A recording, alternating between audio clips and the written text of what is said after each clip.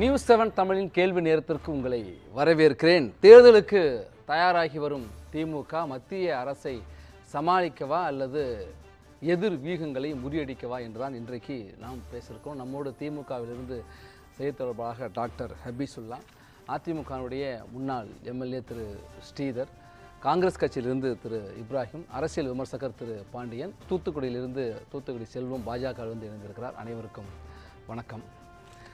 இன்றைக்கு நெல்லையினுடைய மேயர் யார் என்கிற ஒரு கேள்விக்கு விடை திமுகவினுடைய வேட்பாளர் அறிவிக்கப்பட்டிருக்கார். நாளைய தினம் அதிகாரப்பூர்வமாக மறைமுக தேர்தல் நடைபெறுகிறது. இதுக்கு அடுத்து கோவையினுடைய மேயர், 2 மேயருமே பல்வேறு காரணங்களால் அவர்களுடைய பதவியிலிருந்து விலகி இருக்கிறார்கள். காஞ்சிபுரத்தில் மேயருக்கும் ஒரு சர்ச்சைக்கும் அடுத்து ஒரு பிரச்சனைக்கும் உருவாகி இருக்கிற சூழலில் அதுபோல உள்ளாட்சி பிரதிநிதிகளை பொதுவாக திமுக ஆட்சி காலத்தில் பெரிதாக மாற்றம் என்பது இருக்காது. ஆனால் 3 மேயர்கள் மாற்றம் என்கிற ஒரு நிலை ஏற்பட்டிருக்கிறது. இது ஒரு நிர்வாக சீர்திருத்தமாக பார்ப்பதா அல்லது நிர்வாக சீர்கேட்டை களைய எடுக்கப்பட்டிருக்கிற முயற்சியா என்கிற கேள்வி ஒருபுறம் இருக்க, உள்ளாட்சி தேர்தல் நெருங்கி கொண்டிருக்கிற சூழலில் சட்டப்பேரவை தேர்தலை எதிர்கொள்வதற்காக ஒருங்கிணைப்பு குழுவை திமுக அமைத்திருக்கிறது.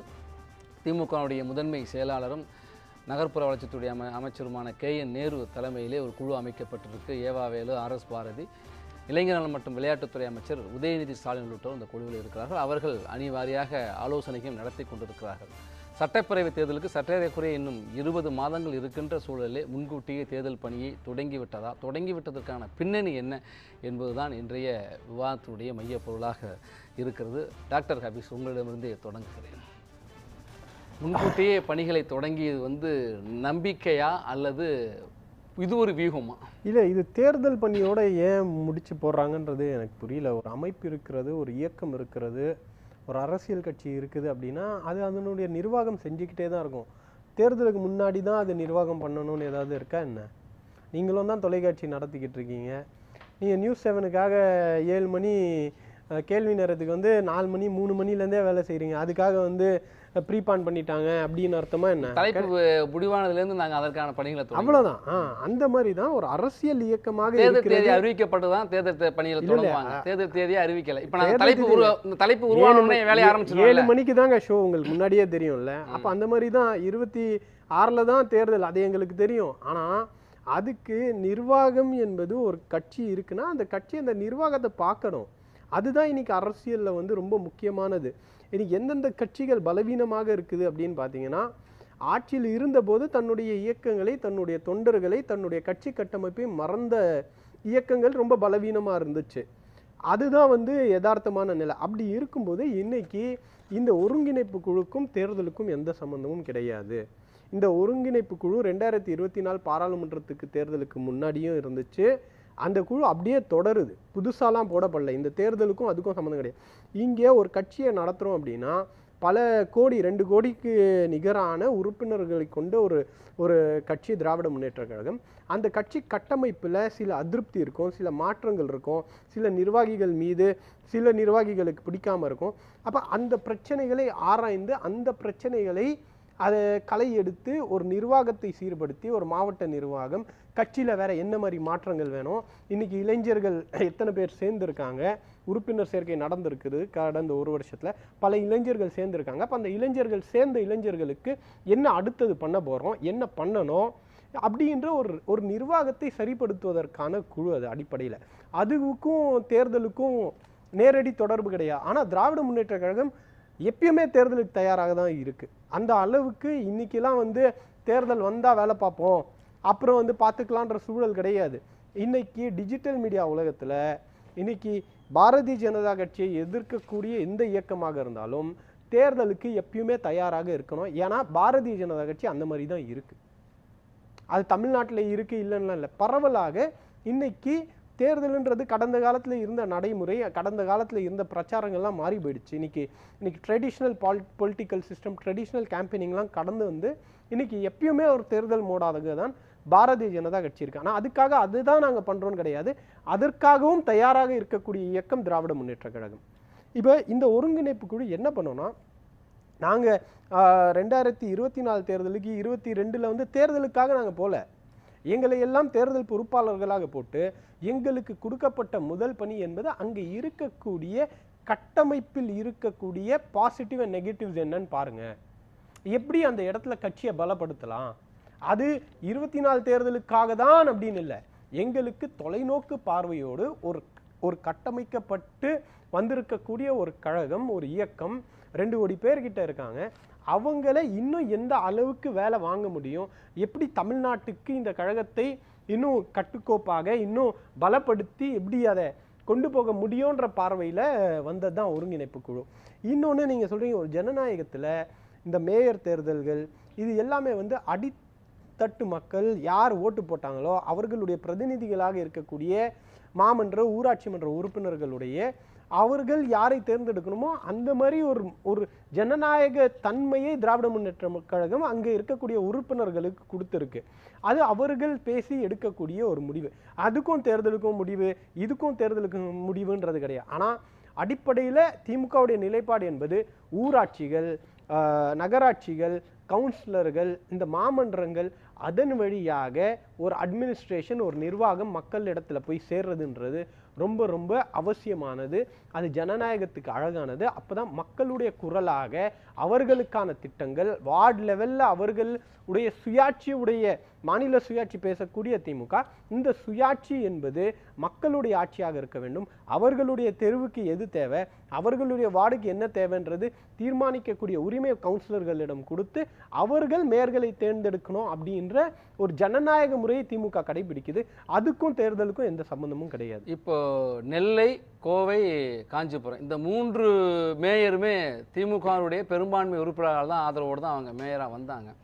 திமுகவுடைய பெரும்பான்மை உறுப்பினர்கள் தான் அந்த 3 பேருக்குமே எதிராக இருக்காங்க. அப்போ அன்றைக்கு தேர்வு செய்ததும் தலைமை தான் அவர்களை. இப்போ தவறான நபரை அன்றைக்கு தலைமை தேர்வு செய்து விட்டதா அல்லது தேர்வுக்கு வந்தவர் சரியாக நடந்து கொள்ளவில்லை? இல்லை, அதாவது காஞ்சிபுரம் பிரச்சனை கிடையாது. நம்பிக்கையில்லா தீர்மானம் கொண்டு வந்தவர்களே அங்கே அன்னைக்கு போகலை. அது வந்து முடிஞ்சு போன கதை. காஞ்சிபுரம்ன்றது இப்போது சர்ச்சைக்கு இடமில்லாமல் போய்கிட்டு இருக்கு. அங்கே திருநெல்வேலி எங்கே ஒரு மேயரை வச்சுருக்கோம், மேயர் வேலை பார்க்கணும், கவுன்சிலர்களுக்கு அது ஏதுவாக அவர்களுடைய பாசிட்டிவ் நெகட்டிவ்ஸை அவங்க அனுசரித்து போகக்கூடிய ஒரு இடத்துல இருக்கணும். அதுதான் நான் சொல்கிறேன். இதுதான் ஜனநாயகத்தை திமுக நாங்கள் திணிச்சு இவரை தான் நிறுத்துவோம்னு சொல்ல முடியும். நாங்கள் அறிவித்ததை அப்படியே தொடருவோம்னு எங்களால் சொல்ல முடியும். எங்கள் தலைமை சொன்னால் கேட்பாங்க, அங்கே இருக்கக்கூடிய கவுன்சிலர்ஸ், அங்கே இருக்கக்கூடிய எல்லாரும் கேட்பாங்க. ஆனால் தலைமை என்ன சொல்லுதுன்னா, நீங்கள் கவுன்சிலர்களை வச்சு வேலை பார்க்கணும், கவுன்சிலர்கள் என்ன நிலைப்பாட்டில் இருக்காங்களோ அவங்களோட போங்கன்னு ஒரு ஜனநாயகத்தை பரவலாக்கி இருக்கின்றோம். ஜனநாயக உரிமையை அவங்க கிட்ட கொடுத்துருக்கோம். அந்த அடிப்படையில் அவங்க முடிவெடுக்கிறாங்க. அதுக்காக இப்போ இருக்கிறவங்க தவறான தேர்வு தலைமை செய்ததுன்றதெல்லாம் கிடையாது. தலைமை எப்போ தேர்வு செஞ்சாலும் அது சரியான தேர்வாக தான் இருக்கும். ஏன் இந்த கேள்வி வருது அப்படின்னா, திமுகவை பொறுத்த வரைக்கும் உள்ளாட்சி பதவிகள், உள்ளாட்சி அமைப்புகளில் பதவி பெறுவது என்பது எதிர்க்கட்சியாக எம்ஜிஆர் காலத்திலிருந்து எதிர்க்கட்சியாக இருந்த காலத்தில் கூட உள்ளாட்சியில் நிறைய இடங்களில் கணிசமான இடங்களை வெற்றி பெற்றிருக்காங்க. அதிமுக ஆட்சியில் இருக்கப்போ 2020 நடந்த ஊரக உள்ளாட்சி தேர்தலில் பெரும்பான்மையான வெற்றியை திமுக பெற்றதையும் பார்க்க முடிகிறது. உள்ளாட்சி பிரதிநிதிகளுடைய செயல்பாடு என்பது ஆட்சியினுடைய மாநிலம் முழுக்க இருக்கிற அரசனுடைய நிர்வாகத்திற்கு ஒரு பாதகமாக அமைந்து விடுமோ என்பது காரணத்திற்காக இந்த உள்ளாட்சி பிரதிநிதிகள் மீதான வருகிற சர்ச்சைகள், குற்றச்சாட்டுகளை தவிர்ப்பதற்காக செம்மைப்படுத்துவதற்கான முயற்சி. அதைத் தொடர்ந்து 2025 வர்ற உள்ளாட்சி தேர்தலை எதிர்கொள்வதற்கு தயாராகிறதா, 26 தேர்தலை எதிர்கொள்ள? இல்லை, நான் அதுதான் நான் சொல்கிறேன். புகார்கள்ன்றது எப்பயுமே எல்லார் மேலேயும் வந்துகிட்டு இருக்கு. அந்த ஒரு புகாருக்கான நடவடிக்கை இல்லை பாட்டம் லைன்னு பார்த்தா ஜனநாயகம் என்பது ரொம்ப முக்கியமானது. தேர்ந்தெடுக்கப்பட்ட அந்த கவுன்சிலர்கள் விரும்பக்கூடிய ஒருத்தர் மேயராக இருக்கணும் அப்படின்ற உரிமையை அவர்களுக்கு தலைமை கொடுத்துருக்கிறது. அவ்வளோதான். இதில் வந்து இவங்க சரியாக செயல்பட்டாங்க, செயல்படல அப்படின்னு பார்த்தா இன்றைக்கி அதிமுக கவுன்சிலர்ஸ் மேலேயும் புகார்கள் இருக்குது. இன்றைக்கி அதிமுக ஊராட்சி நகராட்சி உறுப்பினர்கள் மேலே புகார் இருக்குது. அந்த புகார்கள் வேற. நாங்கள் வந்து ஒரு சரியான நிர்வாகத்தை நம்முடைய தலைவர் எங்கெங்கெல்லாம் பிரச்சனை இருந்துச்சோ அவங்களாம் தூக்கி அடிச்சிருக்காரு, மாற்றுறது கிடையாது. பல இடங்களில் கட்டுப்பாடை மீறி மக்களுக்கு ஐபிஎஸ் அதிகாரிகள் மாற்றம் என்பது ஐபிஎஸ் டிரான்ஸ்ஃபர்ஸை இதோட செயல்படுத்த முடியாது. தொடர்ச்சியாக மாற்றம் என்பதெல்லாம் இருக்கு, அதையும் பார்க்க முடியாது. அது அட்மினிஸ்ட்ரேட்டிவ் ப்ராசஸ். அது டிரான்ஸ்ஃபர்ஸ்ன்றது ஒரு ஆட்சியில் தொடர்ந்து நடந்துக்கிட்டே தான் இருக்கும். அது சில இடங்களில் பனிஷ்மெண்ட்டாக இருக்கும், சில இடத்துல வந்து அது ரொட்டீன் ப்ராசஸாக இருக்கும். அது வேற இது வேற. ஆனால் இந்த உள்ளாட்சி அமைப்புகள் இருந்து நீங்கள் சொல்லக்கூடிய அந்த பாயிண்ட்டுக்கு வரும்போது ஒன்று டெமோக்ரட்டைஸ் பண்ணுறோம், ஜனநாயகப்படுத்துகிறோம். இன்னொன்று வாய்ப்பு யாருக்கு மக்கள் மத்தியில் ஆதரவு இருக்கோ அவர்களுக்கு அந்த வாய்ப்பை ஏற்படுத்தி கொடுக்கறது தான் எங்களுடைய. தொடர்ந்து பேசலாம். திரு ஸ்ரீதர், இப்போ மேயர்களுடைய மாற்றம் நீங்கள் அதிமுகவுடைய ஆட்சியில் பார்த்தீங்கன்னா அமைச்சரிலிருந்து மாவட்ட செயலாளர் கட்சி பொறுப்பாக இருக்கட்டும், அமைச்சராக இருக்கிற பொறுப்பாக இருக்கட்டும், உள்ளாட்சி பதவிகளை பொறுப்புன்னு உடனுக்குடன் மாற்றுவாங்க. ஒரு எந்த பதவி எப்போயுமே இருப்பாங்கங்கிறது கூட ஒரு தோற்றம் இருக்கும். ஆனால் இன்றைக்கு திமுகவில் அப்படி இருக்காது. ஒருத்தர் அமைச்சராக இருந்தால் கடைசி வரைக்கும் இருப்பார் அப்படின்னு தான் சொல்லுவாங்க. ஆனால் திமுகவுடைய அமைச்சரவை மாற்றங்கள் அடிக்கடி நடப்பதையும் பார்க்க முடிகிறது. 2 மேயரை மாற்றுவதற்கான நடவடிக்கையும் எடுக்கப்பட்டிருக்கு. இதெல்லாம் எதை வெளிப்படுத்துகின்றது? இல்லை, இது வந்து ஒவ்வொருடைய அரசியல் கட்சியினுடைய அவங்களுடைய பிளான் அண்ட் அப்ரோச். ஒரு எலெக்ஷன் தான், அப்புறம் பார்ட்டி நடத்துறது அவங்க ஒரு இண்டிவிஜுவல், ஒவ்வொரு பார்ட்டிக்கும் ஒரு இண்டிவிஜுவாலிட்டி இருக்கும், ஒரு மெத்தடாலஜி இருக்கும். அந்த இதில் தான் அவங்க பார்ட்டி நடத்துவாங்க. அவங்க ஸ்ட்ரக்சரு, அவங்களுடைய பைலாஸு, மற்றபடி அவங்களுடைய போஸ்டிங்ஸு, இண்டக்ஷன்ஸ் அண்ட் பனிஷ்மெண்ட் எல்லாமே பார்ட்டியோடைய பைலாஸில் வர அவங்க நடவடிக்கை இருப்பாங்க. அதிமுக நாங்களாம் ஏடிஎம்கே எம்எல்ஏ இருக்கும்போது எங்களுக்கெல்லாம் வந்து மந்த்லி ஒன்ஸு சிஏ வந்து மீட்டிங் கூப்பிட்டு யார் யார் என்னென்ன பண்ணிகிட்ருக்கீங்க, இந்த ஏதாவது பண்ணணும், ஏதாவது மக்கள் பிரச்சனை ஏதாவது பண்ணணும் அப்படின்னு சொல்லுவாங்க. அது எல்லா கட்சியிலையும் அது செய்வாங்க. ஸோ ஒரு கட்சியில் வந்து ஒரு ஒரு ஆஃபீஸ் பேரரை இன்டெக்ட் பண்ணுறதும், அவங்கள கண்டினியூ பண்ணுறதும், அல்லது ஏதாவது அவர்கள் மேலே ஏதாவது புகார் வந்தால் அது தீர்க்கப்படாத புகாராக இருந்தால் மாற்றுவதும் வந்து அரசியல் கட்சியில் எல்லா அரசியல் கட்சிக்கும் பொருந்தும். ஆனால் அதில் ஜெயலலிதா இருக்கும்போது அவங்க வந்து ரொம்ப ஷூடாக இருப்பாங்க. அது ஆஃபீஸராக இருந்தாலும் சரி, பொலிட்டிஷியனாக இருந்தாலும் சரி, அரசியல் கட்சிக்காரனாக இருந்தாலும் சரி, சொந்த கட்சிக்காரனாக இருந்தாலும் சரி, யாராக இருந்தாலும் சரி, அவங்க சொல்கிறாங்க this is should be done, இது கரெக்டாக இருக்கணும்னா இருக்கணும், இல்லைன்னா அவங்க மாற்றிடுவாங்க. அது அவங்களுடைய அதுதான் அவங்க அயன்டாடின்னு சொல்லுவாங்க, அவங்களுடைய மோடஸ் ஆப்பரண்டி. அப்படி டிஎம்கே வந்து அது வேறு ப்ராசஸில் இது பண்ணிக்கிட்டு இருக்கும், காங்கிரஸ் வேறு ப்ராசஸில் போகணும், பிஜேபி வேறு ப்ராசஸில் போகணும். ஸோ அவங்கவுங்க அந்தந்த கட்சிகளுக்கு தத்தம் கட்சிகளுடைய அமைப்புகளும் அமைப்பு ரீதியான இதுகளும் அவங்க இருந்துகிட்டு தான் இருக்கும். அதனால் இதை வந்து இதுக்கும் டிஎம்கேவுடைய ப்ரிப்பரேஷன்ஸுக்கும் நம்ம வந்து லிங்க் பண்ண வேண்டிய அவசியம் இல்லை. ஏன்னா எல்லா எலெக்ஷனும் வரும்போது எல்லா கட்சியும் ஃபார் தட் மேட்டர் எல்லா கட்சியும் கண்டெஸ்ட் பண்ணணும். எல்லா கட்சியும் கண்டெஸ்ட் பண்ணுறது தான் டெமோக்ராட்டிக் ப்ராசஸுக்கு நல்லது.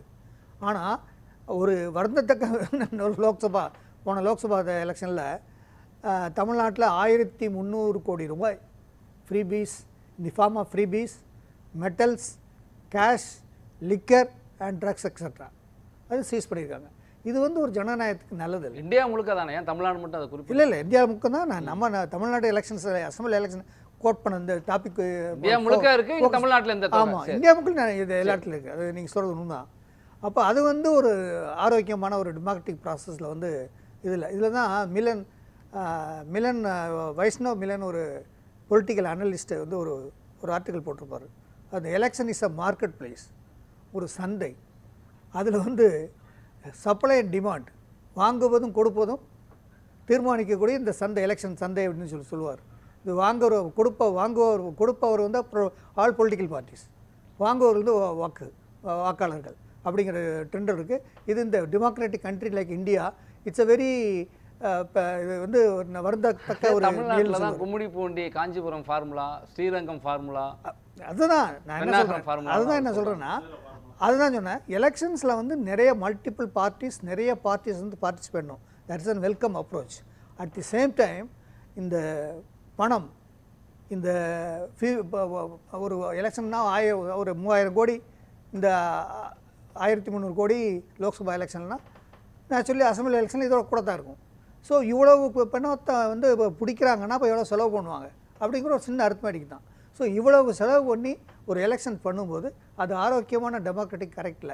இது வந்து எலெக்ஷன் கமிஷனுடைய ரோல் இருக்குது. அவங்களும் இதை வந்து இப்பவுமே அவங்க உறுப்பினர் இந்தியா முழுக்க தேர்தல் ஆணையத்தினுடைய கவனத்திற்கும் சீர்திருத்தத்திற்கும் உட்பட்ட விஷயம். நம்ம அதை கடந்து அதிமுகவும் கூட தேர்தலுக்கான பணிகளை தொடங்கி விட்டாங்க. இப்போ மக்களவை தேர்தல் ஆலோசனை நடத்துறாங்க எல்லா கட்சிகளும் ஃபார் தட் மேட்டர். இல்ல அதை கடந்து இப்போ 2026க்கு இன்னும் 20 மாசம் இருக்கு, நாங்க அதை நோக்கி இல்லைங்கிறாரு ஹபீஸ். ஆனா அதிமுகவில் ஜெயக்குமார் என்ன சொல்றாருன்னா, திமுக கூட்டணி கட்சிகள்லாம் காங்கிரஸ், கம்யூனிஸ்ட், விடுதலை சிறுத்தைகள்லாம் எங்களை நோக்கி வருவதற்கு, அதிமுக நோக்கி வருவதற்கான வாய்ப்பு இருக்கு, அங்க ரொம்ப அதிருப்தியா இருக்காங்க அப்படியெல்லாம் சொல்லி ஒரு கருத்தை தெரிவித்து கருத்தின் மூலமாக ஒரு அழைப்பை மறைமுகமாக விடுக்கிறான்னு எடுத்துக்கலாமா? அதை அப்படி இல்லை அப்படின்னு எடுக்க முடியாது. எல்லா பொலிட்டிக்கல் கட்சிக்கும் வந்து ஒரு ஆஸ்பிரேஷன்ஸ் இருக்கும், ஒரு ஸ்ட்ராட்டஜி இருக்கும், ஒரு எக்ஸ்பெக்டேஷன் இருக்கும், எப்படி பண்ணணுங்கிற ஒரு ஃபார்மேஷன் இருக்கும், ஒரு ஃபார்முலா இருக்கும்.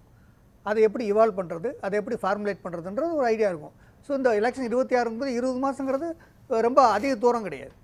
இப்போ வந்து எல்லா அரசியல் கட்சிகளும் ஸ்டார்ட் பண்ணோம் எல்லா எலெக்ஷன். ஏன்னா இன்னும் இனி வர்ற காலங்களில் வந்து competition survival of the fitters தான். அதனால் காம்படிஷன் இருக்கும். நான் நல்ல எல்லா அரசியல் கட்சிகளும் ஸ்பேட் ஒர்க் பண்ணணும், வாக்காளர்களை போய் பார்க்கணும், சந்திக்கணும், அவங்களுடைய திட்டங்களை எடுத்து சொல்லணும். அதுகளுக்கெல்லாம் வந்து 20 மாதங்கிறது ஸோ இது கரெக்டான டைம் தான் டு ஸ்டார்ட் வித்.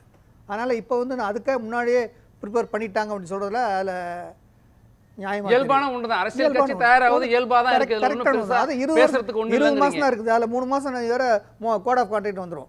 3 மாதம் போயிடும். மீதி 17 மாதம். அதில் வந்து ஒரு 2 months வந்து திஸ் தட்டாக போயிடணும். அனதர் ஒரு 15 months தான். அதில் கேண்டிடேட் செலெக்ஷன் பண்ணணும், மேனிஃபெஸ்டோ தயாராவது சரிதாங்கிறீங்க. சரிதானது தான். சரி, பேசலாம்.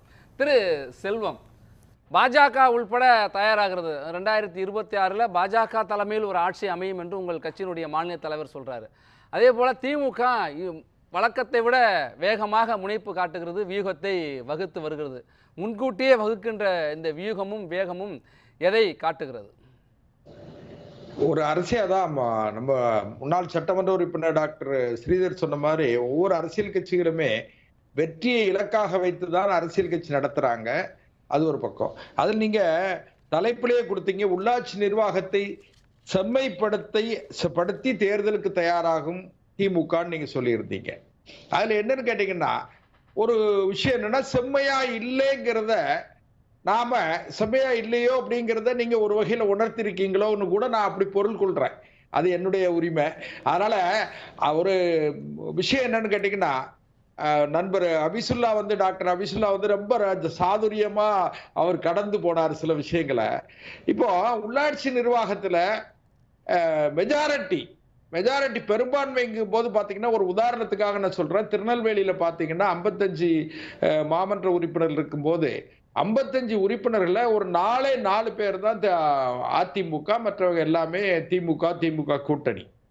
அப்படி இருக்கிற பட்சத்துல அந்த உள்ளாட்சி நிர்வாகம் எனக்கு தெரிய ஏறக்குறைய ஒரு 2 ஆண்டு காலம் ஸ்தம்பிச்சு போயிருக்கு. அது பல்வேறு கட்டங்கள்ல அந்த மாவட்டத்தினுடைய பொறுப்பு அமைச்சர்கள் எல்லாம் பல முறை பேச்சுவார்த்தை நடத்தி சமாதானப்படுத்தி அதெல்லாம் பார்த்தாங்க, முடியல. அதுக்கு பிறகு இன்றைக்கு மேயரை வந்து ஏற்கனவே இருந்த மேயரை ராஜினாமா செய்ய வைத்து விட்டு இப்போ புதுதா இன்னைக்கு ஒரு மேயரை தேர்ந்தெடுத்திருக்காங்க. கிட்டி என்கிற ராமகிருஷ்ணன் ஒருத்தரை தேர்ந்தெடுத்திருக்காங்க. ஆனா தேர்ந்தெடுத்தது கூட எப்படின்னு கேட்டீங்கன்னா, சும்மா சாதாரணமா நடந்துடலாம். என்ன தேர்வு இல்ல, நாளைக்குதான் அதிகாரப்பூர்வமா நடக்குது. இது கட்சியினுடைய வேட்பாளர் அவர். அதை முடிஞ்சிருச்சுலான்னு நீங்க அதை உங்களுக்கு தெரியாது. வேற யாருமே நாமினேஷனை ஃபைல் பண்ண மாட்டாங்க. நாம வாதத்துக்காக சிரிக்கிறதுக்காக கூட பேசினா கூட வேற யாரும் நாமினேஷனை ஃபைல் பண்ண மாட்டாங்க. ஏன்னு கேட்டீங்கன்னா, அந்த மாவட்டத்தினுடைய பொறுப்பு அமைச்சர் மரியாதைக்குரிய தங்கம் தென்னரசு அவர்களும் நகர்ப்புற நிர்வாகத்துறை அமைச்சர் வந்து மரியாதைக்குரிய நேரு அவர்களும் 2 பேரும் உட்கார்ந்து 2 நாள் உட்கார்ந்து அதை ஒரு முடிவுக்கு கொண்டு வந்திருக்காங்க. இது எது காட்டுதுன்னு கேட்டீங்கன்னா, உள்ளாட்சி நிர்வாக பொறுப்பில் இருக்கிறவர்கள் கட்டுப்பாடற்ற முறையில் மக்கள் விரோத போக்குகளில் செயல்படுவதை அரசு உணர்ந்திருக்கிறது அல்லது திமுக உணர்ந்திருக்கிறது.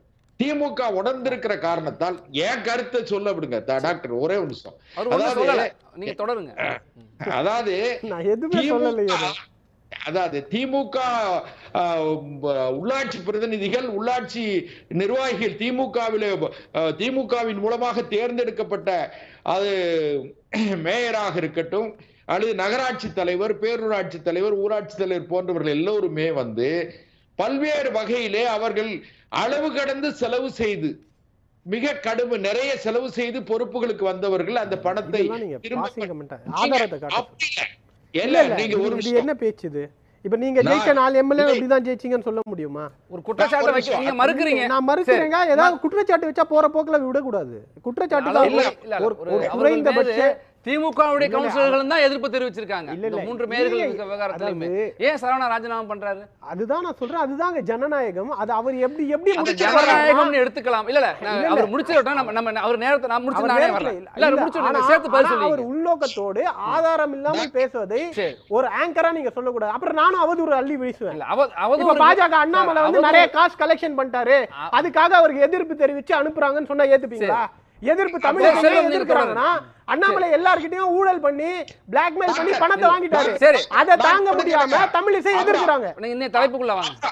கேளுங்க, நின்னுங்க. அதாவது இது என்னன்னு கேட்டா உள்ளாட்சி நிர்வாக பொறுப்பில் இருக்கிறவர்களுக்கும் மக்களுடைய அதிருப்தியை சம்பாதித்திருப்பதாக அந்த கட்சியினுடைய தலைமையும் ஆட்சி தலைமையும் உணர்ந்திருக்கிற காரணத்தால் அதை செம்மைப்படுத்துவதற்கான முயற்சி, அங்கே இருக்கிற உள்கட்சி மோதல்களை எல்லாம் சரி செய்வதற்காக அவங்க பண்றாங்க. சரி, இப்போ தேர்தல் 2024 டிசம்பர்ல ஒரு பார்ட் நடக்கணும், ஒரு பகுதி நடந்தாகணும். அந்த ஒரு பகுதி நடத்துவாங்களா, அல்லது 2026 ஒரு பகுதி நடக்கணும்? நகர்ப்புற உள்ளாட்சி தேர்தல்கள்ல ஒரு பார்ட் 2026. சரி, 2024 தேர்தலையே கூட அவங்களே கூட அசம்பிளியில ஒரு அமெண்ட்மெண்ட் கொண்டு வந்து, ஒரு ஆர்டினன்ஸ் கொண்டு வந்து கூட அவங்க தள்ளி வச்சுட்டு ஒரேடியா 2026 சட்டமன்ற தேர்தலுக்கு பிறகு கூட உள்ளாட்சி தேர்தலை நடத்தலாம். அல்லது உள்ளாட்சி தேர்தலை நடத்தி அதுல புதிய நிர்வாகிகளை தேர்ந்தெடுத்து ஆளுங்கட்சியினுடைய அதிகாரம் அள்ளி குவிக்கிற வெள்ளி பணம் எல்லாவற்றையும் பயன்படுத்தி அவர்கள் ஆட்சி அதிகாரத்திற்கு உள்ளாட்சி நிர்வாக பொறுப்பிற்கு வந்த பிறகு, மத்தியில நீங்க ஆட்சியில இருக்கிறீங்க, அதையும் கவனத்தில் கொண்டுங்க. ஆட்சியில இருக்கிறவர்கள் அள்ளி பணத்தை குவிக்கிறாங்கன்னா இந்தியா முழுக்க பாஜக பணத்தை அள்ளி குவிக்கிறதாங்கிற ஒரு கேள்வி வரும். அது உணர்ந்து நீங்க தொடருங்க. நான் மறுத்துட்டேன், நானே மறுத்துட்டேன். சும்மா என்ன வேணாலும் பேசலாம், அப்படியே பேசிட்டே போலாம்.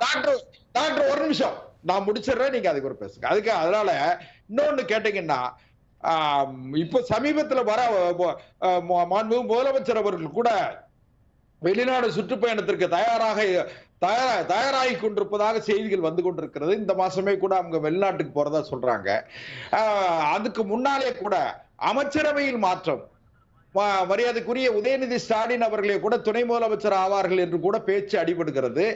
அப்போ நான் என்ன நினைக்கிறேன்னு கேட்டீங்கன்னா, பாரதிய ஜனதா கட்சியின் சார்பில் என்னுடைய பார்வை, என்னுடைய கருத்து என்னன்னு கேட்டீங்கன்னா, உள்ளாட்சி நிர்வாகத்திலே மரியாதைக்குரிய உதயநிதி ஸ்டாலின் அவர்களுக்கு வேண்டியவர்களை நிர்வாக பொறுப்பிற்கு கொண்டு வந்து மேயர்களாக, பேரூராட்சி தலைவராக, நகராட்சி தலைவராக, ஊராட்சி ஒன்றிய தலைவராக 2 பேர் தானே சார் மாத்திருக்காங்க. இப்ப நீங்க எல்லாத்தையும் சேர்த்து சொல்றீங்களே.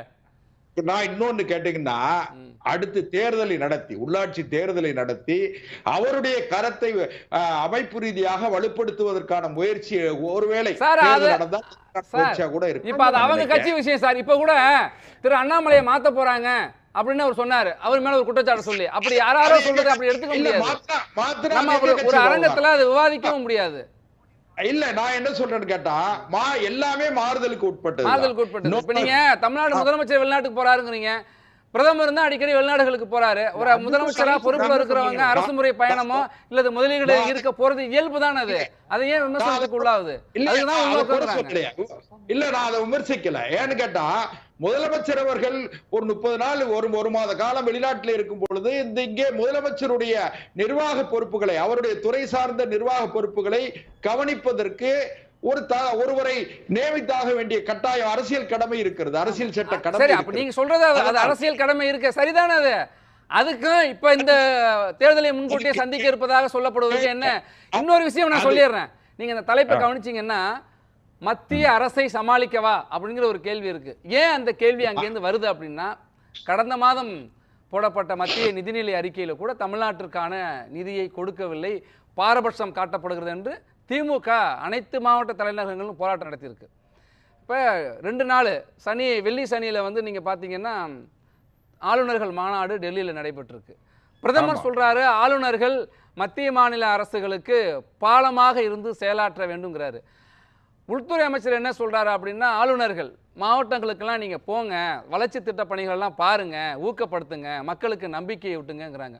ஒரு அரசு இங்கே நடந்துபட்டு கொண்டு இருக்கிறது. ஆளுநர் ஏன் ஒவ்வொரு மாவட்டமாக சென்று வளர்ச்சி திட்ட பணிகளை பார்க்கணும் அப்படின்னா, ஒரு பேரல் கவர்மெண்ட்டை உருவாக்குறதுக்கு மத்திய அரசு நினைக்குதா? அருமையாச்சு கேட்டீங்க. அதாவது ஒரு ஊராட்சி இருக்குன்னு வச்சுக்கிடுங்க. ஒரு ஊராட்சியினுடைய நிர்வாகம் என்பது தனிப்பட்ட சுயாட்சி நிர்வாகம். அந்த ஊராட்சி நிர்வாகத்தை ஊராட்சி ஒன்றியம் கண்காணிக்கிறது. ஊராட்சி ஒன்றியத்தினுடைய ஆணையாளர் கண்காணிக்கிறார். ஊராட்சி ஒன்றியத்தை யார் கவனிக்க? ஜாயிண்ட் டைரக்டர் ரூரல் டெவலப்மெண்ட், அதாவது உள்ளாட்சி வளர்ச்சி பிரிவை வளர்ச்சி துணை இயக்குனர் இருக்காங்க, இயக்குனர் இருக்கிறாங்க. சரி, அது போல மாவட்ட ஆட்சித்தலைவர்கள் கண்காணிக்கிறாங்க, அமைச்சர்கள் கண்காணிக்கிறாங்க. இதெல்லாம் வந்து நீங்க தலையிடுறதா நீங்க நினைக்காதீங்க. ஒரு ஆளுநர் அவர்கள் வந்து அரசியல் சட்டத்தினுடைய தலைமை பொறுப்புல இருக்கு. ஒரு மாநிலத்தினுடைய அரசியல் அமைப்பினுடைய தலைவர் யாருன்னா ஆளுநர் தான். கேள்வியை நான் மறுபடியும் சொல்றேன். ஒரு தேர்ந்தெடுக்கப்பட்ட மக்களால் தேர்ந்தெடுக்கப்பட்ட அரசு ஒரு மாநிலத்தில் ஆட்சியில் இருக்கிறது. அந்த முதலமைச்சர் இருக்கிறார், அமைச்சர்கள் இருக்கிறார்கள், சட்டப்பேரவை உறுப்பினர்கள் இருக்கிறார்கள், உள்ளாட்சி பிரதிநிதிகள் இருக்கிறார்கள். இவற்றையெல்லாம் கடந்து ஒரு ஆளுநர் ஒவ்வொரு மாவட்டத்திற்கும் செல்ல வேண்டிய தேவையும் அவசியமும் இங்க எங்க ஏற்பட்டிருக்கு? கண்டிப்பா இருக்கு. ஏன்னு கேட்டீங்கன்னா, ஒரு அரசியல் சட்டத்தினுடைய உச்ச அதிகாரம், உயர்ந்த அதிகாரம் பெற்றவர் முதல்ல வந்து ஆளுநர் தான். ஆளுநருடைய இன்னொன்னு கேட்டீங்கன்னா, ஏதாவது அரசியல்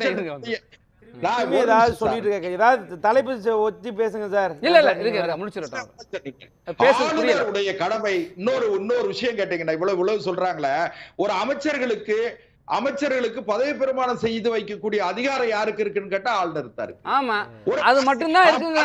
அதோட நீங்க நின்னுக்குங்க, இதெல்லாம் கவர்மெண்ட் நாங்க பாத்துக்கிறோம், ஆட்சி எப்படி நடத்தணும்னு மக்களால் தேர்ந்தெடுக்கப்பட்ட பிரதிநிதிகளுக்கு தெரியும், உங்க வேலையை நீங்க பாருங்கன்னு அவங்க சொல்றாங்க. ஒரு விஷயம் கேளுங்க, ஜனாதிபதியே வந்து எதுக்கு கூப்பிடுறாரு? ஜனாதிபதி தானே வந்து ஜாயிண்ட் பார்லிமெண்ட் செஷனை வந்து தொடங்கி வைக்கிறது பாராளுமன்றத்துல. அதான் கேக்குறான், ஏன் புதிய பாராளுமன்றத்துக்கு ஏன் கூப்பிடலன்னு கேக்குறான். அது கேளுங்க சார், அதெல்லாம் இன்னொன்னு எதையாவது ஒண்ணு. அதே ஜனாதிபதி திரௌபதி முர்மு தேர்ந்தெடுக்கப்பட்ட பொழுது தேர்தலில் நிற்கும் போது நீங்க காங்கிரஸ் ஆதரிச்சீங்களா?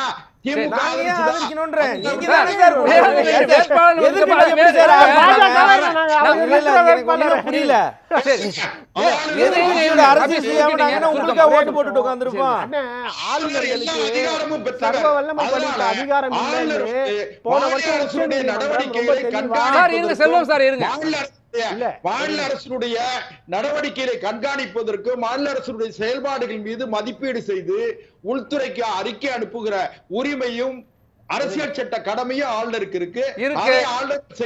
அரசியலமைப்பு சட்டத்துக்கு எதிராக ஒரு மாற்று ஆட்சியை நடத்துவதற்கு முயற்சிக்க கூடாது அப்படிங்கிறதுதான் மக்களாட்சியை விரும்புகிறவர்கள், ஜனநாயகத்தை விரும்புவதுடைய தொடர் கோளாக இருக்கு. இருங்க, ஒரு செய்தி மட்டும் அனுமதிங்க, நேரம் இருக்கு, நீ அடுத்த சுற்றுல கூட சொல்லலாம். ஒரு செய்தி ஒன்று பாட்டிடுறேன். அதாவது 1976 ஜனவரி மாசம் 29ஆம் தேதி மரியாதைக்குரிய அன்றைய ஆளுநர் ஷா அவர்கள் வந்து டாக்டர் கலைஞருடைய தலைமையில ஒரு நிகழ்ச்சியில பேசும் பொழுது, இப்படிப்பட்ட திறமையான முதலமைச்சர் இல்லை, இவரை போன்ற நல்லவர்கள் இல்லை, நல்ல நிர்வாகம் தரக்கூடியவர்கள் இல்லை என்று சொன்னார். ஆனால் 1976 ஜனவரி 30ஆம் தேதி இந்த அரசு, மாநில அரசு, திமுக அரசு கலைப்பதற்கு அதே ஆளுநர் தான் கையெழுத்து போட்டு அனுப்பினாரு. அன்றைய இந்திரா காந்தி அம்மையாருடைய அரசு, காங்கிரஸ் அரசு, திமுக அரசு. சரி சரி, அதுக்கு இன்றைய தலைப்புக்கு என்ன சார் தொடர்பு படுத்துறீங்க எனக்கு புரியல. நான் ஒண்ணே ஒண்ணு சொல்றேன். அண்ணா அதெல்லாம் 76 சொன்னாரு. 2023 சந்திரசூட் தலைமையிலான உச்ச நீதிமன்ற பெஞ்சு ஆளுநர்களுக்கு என்ன அதிகாரம் இருக்குன்றத ரொம்ப தெளிவா சொல்லிச்சு. இவங்க சொல்ற மாதிரி பெருசா இல்ல, டிட்டுலார் ஹெட், சம்பிரதாய தலைவர்கள். ஆனா அதிகாரம் முதல்வர் கிட்ட தான் இருக்குன்ற ஜட்மெண்ட்டை கொடுத்தாச்சு. ரெண்டாவது, இப்போ ஒரு வழக்கு போய்கிட்டு இருக்கு கேரளா கவர்மெண்ட் ஃபைல் பண்ணதுல. இந்த ஆளுநர்கள்லாம் உட்காந்துட்டு சட்டமன்றம் நிறைவேற்றக்கூடிய சட்டங்களை மடைமாற்றி ஒன்றிய அரசுக்கு அனுப்புறது ஜனநாயகத்துக்கு விரோதமானதுன்ற ஒரு பெட்டிஷனை போடும்போது அதை சீரியஸா எடுத்துக்கிட்டு ஆளுநர்களுடைய அதிகாரங்கள் என்ன, இந்த மாதிரி விவகாரங்களில் எப்படி அவங்க செயல் பண்ணோன்றதை நாங்க கைட்லைன்ஸ் கொடுக்க போறோம் அப்படின்னு உச்ச நீதிமன்றம் எடுத்திருக்கு. எங்கேயுமே நீங்க என்ன வேணாலும் பண்ணுங்க, உள்ள பூந்து விளையாடுங்கலாம் இல்ல. இப்ப 5 வருஷம் கழிச்சு ஆர்.என். ரவியா வந்து ஓட்டு கேட்க போறாரு. ஆர்.என். ரவியா வந்து இல்ல ஓட்டு போடுங்க போடாருன்னு அவர் எங்க ஓடி போறாருன்னு தெரியாது. ஆட்சி கலைஞ்சா எங்க இருப்பாருன்னு தெரியாது. பாஜக ஆட்சி கலைஞ்சா அவர் கவர்னர் கிடையாது.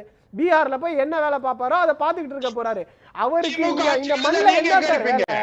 அவருக்கு இந்த மண்ணில் என்ன வேலை? வந்தோமா, அந்த பங்களால உட்காந்தோமா, கோப்புகளை கொடுக்குறோமா, கையெழுத்து போட்டோமா, சட்டத்துக்கு புறம்பா இருக்கா, யூனியன் ஹோம் மினிஸ்ட்ரிக்கு அனுப்புறோமா, அதுதான் வேலை. ஆளுநர்களை வச்சு பார்லர் கவர்மெண்ட்டை நடத்தக்கூடிய இடத்தை பயிற்சி இடமாக தமிழ்நாட்டை நீங்க மாத்த நினைச்சீங்கன்னா பல விபரீதங்களை ஒன்றிய பாஜக தமிழ்நாட்டுல மட்டுமில்ல, ஆளுநர் தலையீடு என்பது மேற்கு வங்கத்துல வழக்கு போயிருக்கு, பஞ்சாப் போயிருக்கு, ஜார்க்கண்ட் போயிருக்கு, கேரளா போயிருக்கு, ஆந்திரா,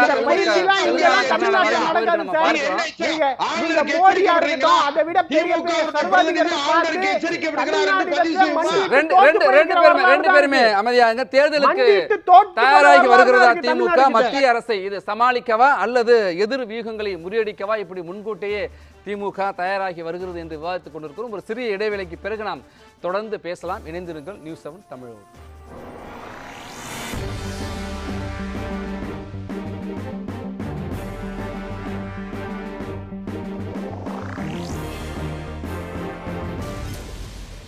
யாக்கை காக்க உங்கள் நியூஸ் 7 தமிழின் புதிய பரிணாமம். டிஜிட்டல் யுகத்தில் சமூக வலைதளங்களில் முன்னணி ஊடகமாக முத்திரை பதித்துக் கொண்டிருக்கும் உங்கள் news 7 Tamil YouTube, Facebook, Instagram, ShareChat, X போன்ற தளங்களை தொடர்ந்து தனித்துவத்துடன் செய்திகளை விரைவாக வழங்க வாட்ஸ்அப் சேனலாக உங்கள் உள்ளங்கையில் உண்மை செய்திகளை உடனுக்குடன் பெற வாட்ஸ்அப்பில் பின்தொடருங்கள். நாளுக்கு நாள் தீவிரமடையும் செய்தி என்ன? திமுகவை பொறுத்த வரைக்கும் அரசுங்கிற பொறுப்புல இருக்கிற போது அவங்க ஆதிவாசி ஒருத்தரை சீஃப் மினிஸ்டர் ஆக்கிட்டாங்க. கருத்தை சொல்வதற்கு உரிமை இருக்கிறது. எந்த கட்சியை வேணாலும் விமர்சிக்கலாம். பேசியது தவறில்லை, உள்நோக்கத்தோடு விமர்சிக்கிறார்கள் சொல்ல வரீங்க. இந்த ஆக்ஷன்ஸ் எல்லாம் நேத்துக்கு அப்புறம் அரசு ஏன் எடுத்திருக்காங்க? 2019 தேர்தலில் இருந்த கட்சிகள்லாம் இன்னைக்கு என்டிஏவில் இல்ல. நம்பிக்கை உருவாக்கணுங்கிறதா எல்லாருடைய கேள்வி நேரம் தினமும் இரவு 7 மணிக்கு. நேயர்களின் கனிவான கவனத்திற்கு. ஒரு நாளின் உதயம் முதல் அஸ்தமனம் வரை அனைத்து நிகழ்வுகளையும் குறுஞ்செய்திகளாக, வீட்டு வாசல் முதல் விண்மின் மண்டலம் வரை அலசும் அரிய செய்திகள், 24 மணி நேரத்தின் முக்கிய உலக நிகழ்வுகள் அனைத்தும் 100 செய்திகளாக 30 நிமிடத்தில், விளம்பர இடைவெளியின்றி விறுவிறுப்பான விரைவு செய்திகள், நான்-ஸ்டாப் 100 தினமும் காலை 8 மணிக்கு. உள்ளூர் கோயில்கள் முதல் உலக பிரசித்தி பெற்ற கோயில்கள் வரை சிறப்பு வழிபாடுகள், பிரசித்தி பெற்ற திருவிழாக்கள் சிறப்பு நேரலையில், பல்வேறு கோவில்களில் நடைபெறும் அனைத்து நிகழ்ச்சியும் தொகுப்பாக ஆன்மீக செய்திகள் என அனைத்தும் உங்கள் உள்ளங்கையில். நியூஸ் 7 தமிழ் பக்தி.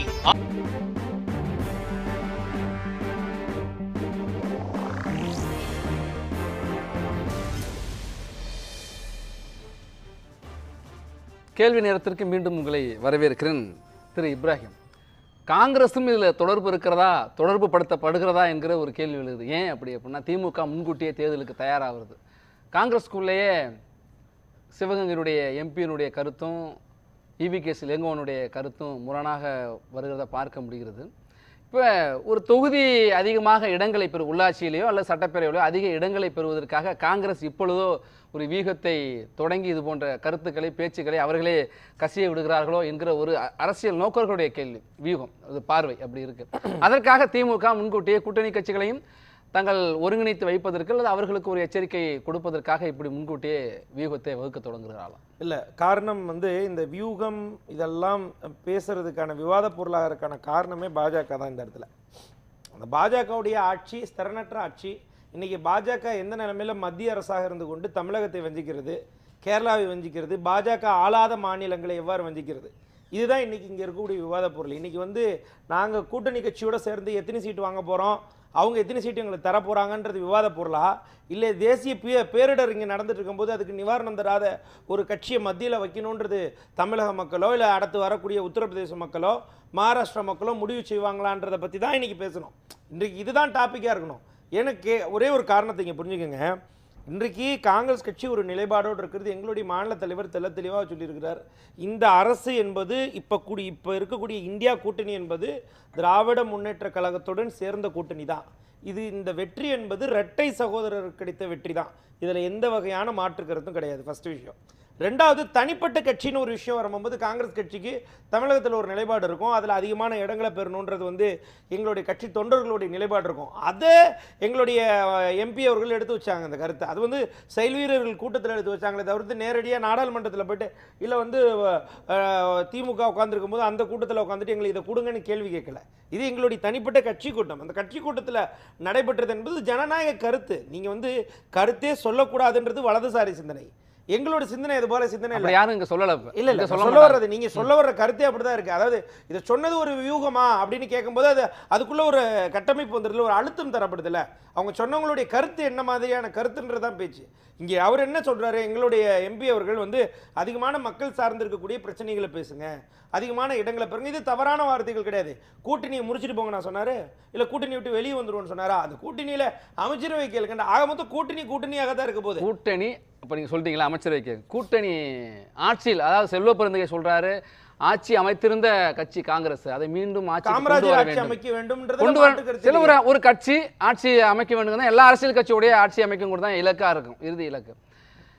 சிவகங்கையில் கார்த்திகை சிதம்பரம் பேசுகிறப்ப கூட என்ன சொல்கிறாரு அப்படின்னா, ஆட்சியில் அதாவது ஒரு 7-8 எம்பி இருக்கிறதெல்லாம் ஒரு வளர்ச்சியாக இருக்காது, ஆட்சியில் பங்கு வேண்டும் அப்படிங்கிறாரு. அப்போ 96 ஒரு வாய்ப்பு இருந்தது, அதை தவற விட்டு விட்டோம், அதை 2026 பிடிச்சிருவோம். இப்போ நம்ம ஒரு ஆட்சியில் 2006 ஒரு வாய்ப்பு இருந்து தவற விட்டோம். 96 எம்எல்ஏக்கள் இருந்தாங்க திமுகவுக்கு. அதுபோல் இப்போ மெஜாரிட்டி இருக்கோ இல்லையோ முன்கூட்டியே ஆட்சியில் பங்கு என்கிற ஒரு முழக்கத்தை முன் வச்சிருவோம். இல்லை ஒரு விஷயத்தை புரிஞ்சுக்கங்க. அதாவது நான் தான் சொல்கிறேனே, இந்த கருத்து என்பது செயல் வீரர்கள் கூட்டத்தில் எங்களுடைய கட்சி தொண்டர்களை இயங்க வைக்க வேண்டிய கருத்து. இந்த கருத்துக்கும் விவாத பொருளுக்கும் சம்பந்தமே கிடையாது. இன்றைக்கி இது சார்ந்த கூட்டணிக்கு விவாத பொருள் ஆகுமான்னு கேட்டிங்கன்னா ஆகவே ஆகாது சார். இந்த கருத்தை நீங்கள் அப்படி கொண்டே போக முடியாது. காரணம் என்னென்னா, இந்தியா கூட்டணியில் இருந்து கொண்டு தான் இன்றைக்கி எல்லா கருத்துமே இன்றைக்கு எங்களுடைய பிரதமர்களும் பேசுகிறாங்க, திராவிட முன்னேற்ற கழகத்துடைய பிரதமர்களும் என்னது நாடாளுமன்ற உறுப்பினர்களும் பேசுகிறாங்க. அப்போ எங்களுடைய கருத்து ரொம்ப சிம்பிள். இந்தியா கூட்டணியில் இருக்கக்கூடிய நாடாளுமன்ற உறுப்பினர்கள் திமுகலையும் இருக்கிறாங்க, காங்கிரஸ்லையும் இருக்கிறாங்க, மீதி இருக்கக்கூடிய எல்லா கட்சியிலும் இருக்கிறாங்க. ஆனால் அதை குறித்து பேசினா அது இந்தியா கூட்டணியுடைய முரண்பாடான்னு கேட்டிங்கன்னா கிடையாது. அதே போல தான் இந்த கருத்தும் அப்படி தான் எடுத்துக்கணும். இந்த இந்தியா கூட்டணிக்கான முரண்பாடான கருத்து இல்லை, மாறாக சட்டமன்றத்தில் அவருடைய தனிப்பட்ட கருத்தை எடுத்து வச்சிருக்கிறாரு. ஒன்று இப்போ இதெல்லாம் ஒரு பக்கம் வச்சுருங்க. இப்போ என்ன கேள்வி, இன்றைக்கு இருக்கக்கூடிய கேள்வி, ராஜினாமா பண்ணிட்டாங்க 2 பக்கம், இது ஊழலின் அடிப்படையா அப்படின்னு கேட்குறாங்க. 2001 இந்த 6 மாதத்தில் மட்டும் 5 மாதம் பாஜக முதல்வர்கள் வந்து ராஜினாமா செஞ்சுருக்காங்க. உத்தரகாண்டுடைய முதல்வர் வந்து திரிவேந்திர சிங் ராஜினாமா செஞ்சுருக்காரு. அடுத்த 4 மாதத்தில் திரும்பியும் திரித் சிங் ராவத் ராஜினாமா செஞ்சிருக்காரு. அப்புறம் அசாம் முதல்வர் சர்பானந்த் சோனாவால் ராஜினாமா பண்ணியிருக்காரு. எடியூரப்பா உங்களுக்கு தெரியும். குஜராத்தில் விஜய் ரூபானி, இவங்கெல்லாம் என்ன ஊழல் செய்து தான் ராஜினாமா பண்ணாங்களா? இப்போ இவங்களுடைய கருத்து பிரகாரம் ஒரு மேயருக்கு பேசுகிறாங்களே, அப்போ முதல்வருக்கு இந்த கருத்து எடுத்துகிட்டு போக முடியுமா? சரி, இதெல்லாம் ஒரு பக்கம் வச்சுருங்க. கிட்டத்தட்ட 2022 இந்த வருடம் அப்புறம் ஏன் ராஜினாமா பண்ணாங்க? அதுதான் சார் நீங்க சொல்றது என்ன, ஊழல் தனிப்பட்ட கட்சி விருப்பமா இருக்கலாம் சார். ஒரு கட்சிக்குள்ள நடக்கிற விஷயத்தை எதுக்கு பொதுவாக்குறீங்கன்றதான் பிரச்சனையே. இங்க கட்சிக்குள்ள ஒரு நிமிஷம், கட்சியில இருக்கிற மாவட்ட செயலாளரை ஒரு ஒன்றிய செயலாளரை மாற்றதை நீக்குறதுல பொதுமக்களுக்கு எந்த பிரச்சனையும் இல்லை. மாற்றப்படுவது மேயர். விஷயத்தை புரிஞ்சுங்க. இங்க இது வந்து கட்சியுடைய தனிப்பட்ட நடவடிக்கை, திராவிட முன்னேற்ற கழகத்துடைய தனிப்பட்ட நடவடிக்கை. அது அவங்களுடைய கட்சி இருக்கும். ஆனால் அதுக்கு ஒரு மேலே ஒரு சாயம் பூசுறாங்களே, இது ஊழலின் சார்ந்ததான் நடந்திருக்குது. அதுக்கு தான் என்னுடைய கருத்து. இதை ஏன் மாற்றுறாங்க, ஏன் மாற்ற வரலன்ற டாபிக்குள்ள நான் சொல்லலை. நான் சொல்கிறேன், இது ஊழலின் காரணமாக தான் நடந்திருக்கும். அப்படின்னா 5 முதலமைச்சர்களை 2021 பாஜக மாற்றியதே அதற்கு காரணம் ஊழலா? இதுதான் என்னுடைய கேள்வி. ஒன்று. நீங்கள் ரெண்டாவது வந்து 2011 உள்ளாட்சி தேர்தல் நடைபெற்றுச்சு, பின்னாடி 2022 உள்ளாட்சி தேர்தல் நடைபெற்றுச்சு. இதற்கப்புறம் வந்தவர் தான் அண்ணாமலை அவர்கள். இந்த 2 ஆண்டுகளில் கிட்டத்தட்ட 3 ஆண்டுகள்னு வச்சுக்கோங்களேன், மிகப்பெரிய மாற்றத்தை பாஜக சந்திச்சிருச்சா? பாஜக சந்திச்சிருச்சா அப்படின்னு கேட்டீங்கன்னா, கிட்டத்தட்ட அவங்க போட்டியிட்ட இடம் 5400 இடங்கள். அதுல வந்து 308 இடங்கள் தான் வெற்றி பெற்றிருக்கிறாங்க. அந்த 308 இடங்கள்லையுமே 199 இடங்கள் கன்னியாகுமரி. இதே 2011 பார்த்தீங்கன்னா 226 இடங்கள்ல 175 இடங்கள் வெற்றி பெற்றிருக்கிறாங்க. இப்போ இங்கே என்ன கேள்வி அப்படின்னா, ஜேபி நட்டா அவர்கள் வந்து சொன்னார்ல, இது தமிழகத்தில் 3வது பெரிய கட்சி பாஜகன்னு சொன்னார்ல, ஏன் 3வது பெரிய கட்சி நீங்கள் வந்து 3வது இடத்த கூட பிடிக்க முடியல? காங்கிரஸ், அதாவது திராவிட முன்னேற்ற கழகம், அதுக்கடுத்து அதிமுக, அதுக்கடுத்து இன்றைக்கும் அதிகப்படியான கார்பரேஷன்லயா இருக்கட்டும், அதாவது மாநகராட்சி, நகராட்சி, பேரூராட்சி அதிகப்படியான கவுன்சிலர்களை வைத்திருக்கிறது காங்கிரஸ் கட்சி தான். மூன்றாவது பெரிய கட்சியாக இருக்கிறது காங்கிரஸ் கட்சி தான். இவங்க வேணா சொல்லிக்கலாம் ஆட்சியை பிடிக்கிறேன், ஆட்டுக்குட்டியை பிடிக்கிறேன், என்ன வேணாலும் பேசிட்டு போலாம். அது அவங்களுடைய தனிப்பட்ட விருப்பம். ஆனா ஒரே ஒரு விஷயம், ஸ்திரத்தன்மையா நீங்க வளர்ந்துருக்கிறீங்களா? உங்களுடைய நீங்க இத்தனை நடைபயணம் பாத யாத்திரைக்கு பிறகும் உங்களுடைய கட்சி வளர்ந்திருக்கான்னு கேட்டீங்கன்னா இங்க 0. 40 இடங்களை கோட்டை விட்டு தான் நிக்கிறீங்க சார். 2014 சார் நாடாளுமன்ற தேர்தல்ல காங்கிரஸ் பட்ட பாருங்க நடந்து பாருங்க. அதான் சார் ஒரு நிமிஷம் இங்க பேசுறது சரி படத்துல சொல்ற மாதிரி வசனமே புரியாம பேசாதீங்க சார். 2014 சொல்றாரு தனிச்சு நின்னப்ப எவ்வளவு பெற்றீங்கன்னு கேக்குறாரு. அதுதான் சார் நான் சொல்றேன். எங்களுடைய கன்சல்டேஷன் நான் சொல்றேன். ஒரு இல்ல ஒரு சரிங்க இல்ல 2024ல தனியாவா நின்னாங்க. அது கூட வேணாங்க. 2011ல பேசுறேங்க. உங்களோட 2011ல என்னங்க கண்டிஷன் உங்களோடது? சரி 21க்கு வந்துட்டீங்க. அடுத்து இப்ப 24 26க்கு வாங்க. திரும்ப பின்னாடியே போகாதீங்க. பொறுத்த அளவுக்கு இருங்க. எப்ப பார்த்தாலும் காங்கிரஸ் கட்சி முன்னாடி வாங்க. இல்ல அவர் கேக்குற கேள்வி எப்பவுமே மடைமாற்ற விஷயம் இருக்குல்ல.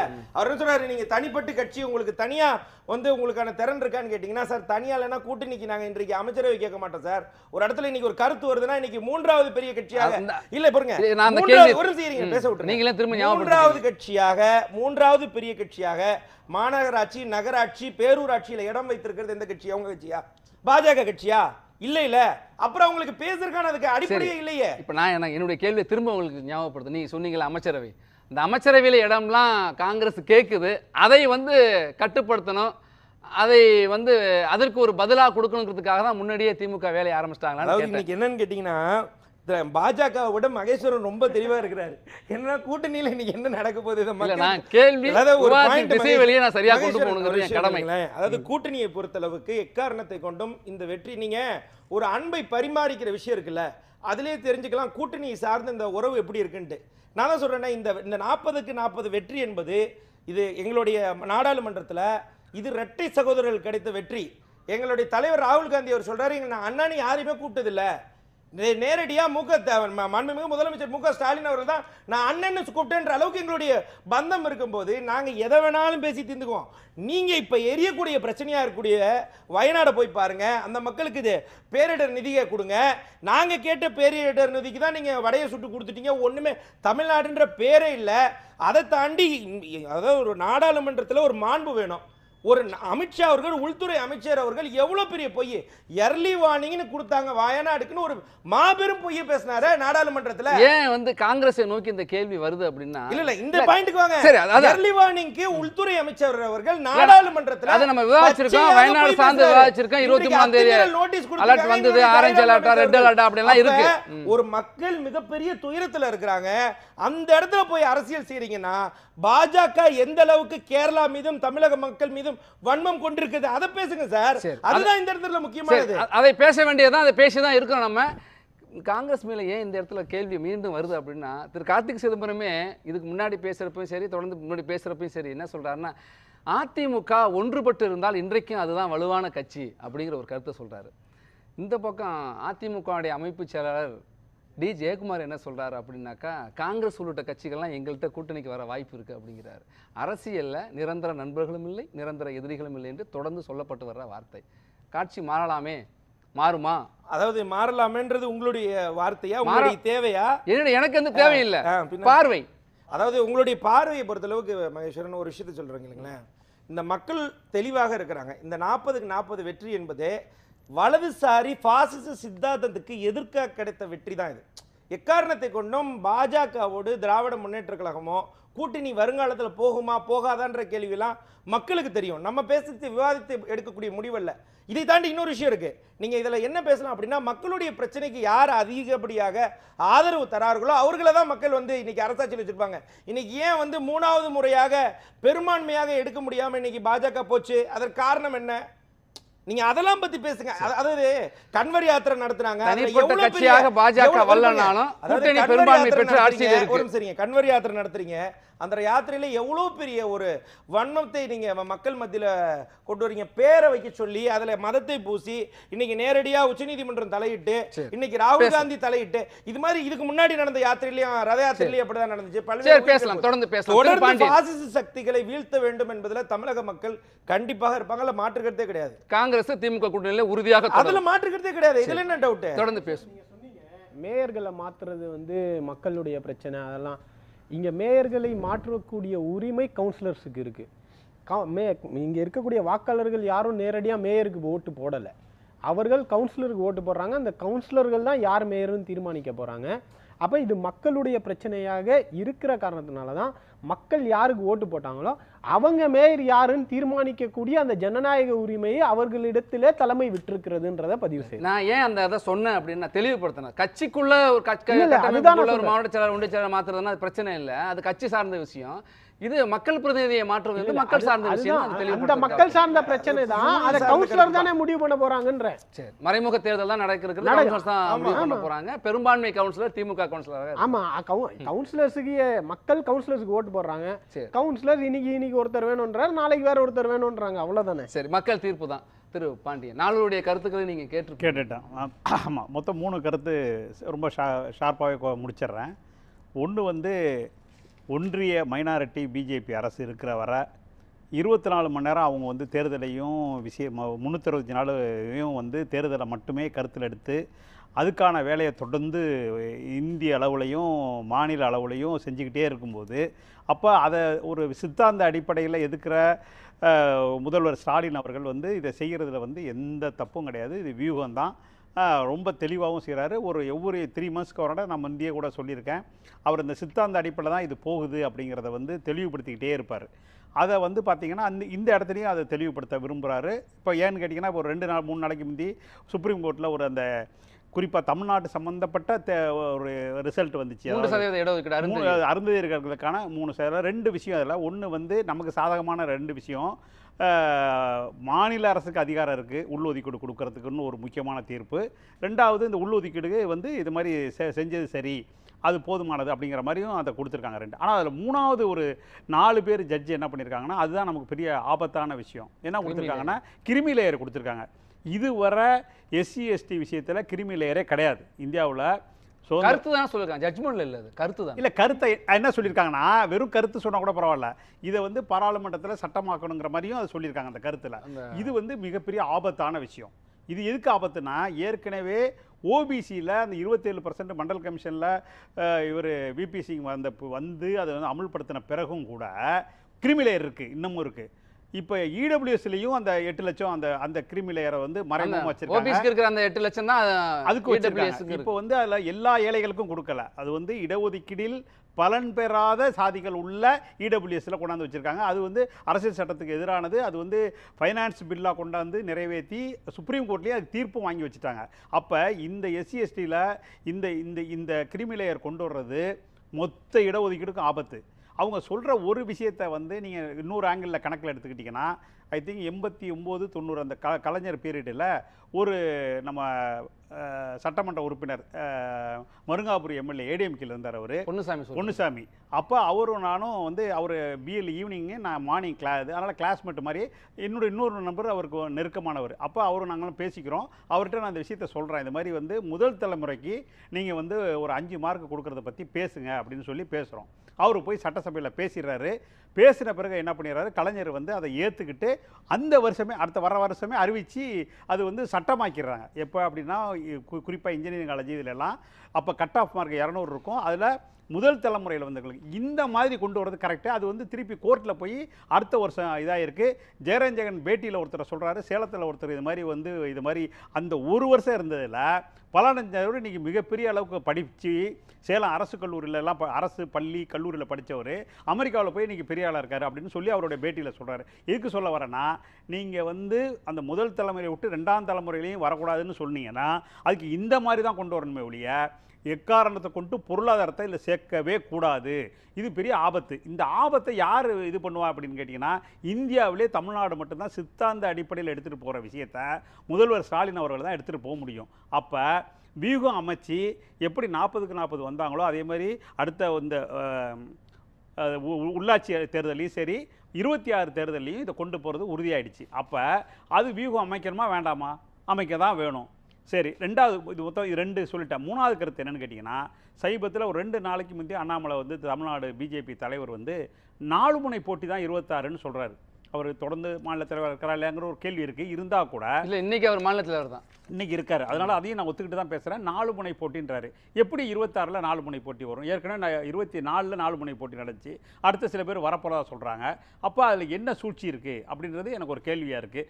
இந்த அடிப்படையில் இல்லை, 4 முனை போட்டின்னா பாஜக தலைமையில் இப்போ இருக்கிற 4 அணி கரெக்டு அதுதானே சொல்கிறாங்க.